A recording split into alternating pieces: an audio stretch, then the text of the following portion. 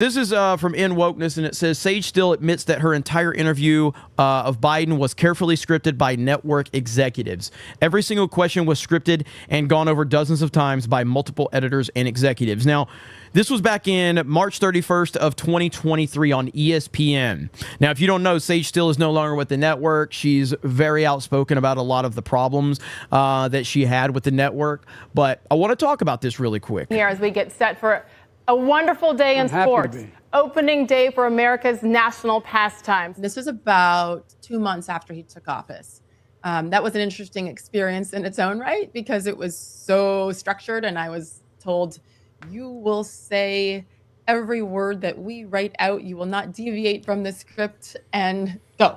To the word, like every single question was scripted, gone over dozens of times by many executives, editors and executives. Absolutely. I was on script and was told not to deviate.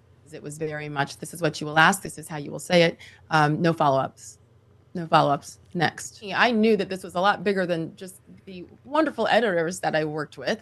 This went up to the fourth floor, as we said, that where all the bosses, the top executives, the decision makers are, the president of our company, the CEO, where they all work. Here as we get... I don't really have a problem with this if we're dealing with consistency. This is where my problem is that Donald Trump would not get this same level of respect. And this is where the problem is. Like, I do understand, like, if you're interviewing the president of the United States of America in a normal situation, you're going to want everybody involved to make sure that, hey, let's make sure we don't deviate from the script. We make sure that we do this.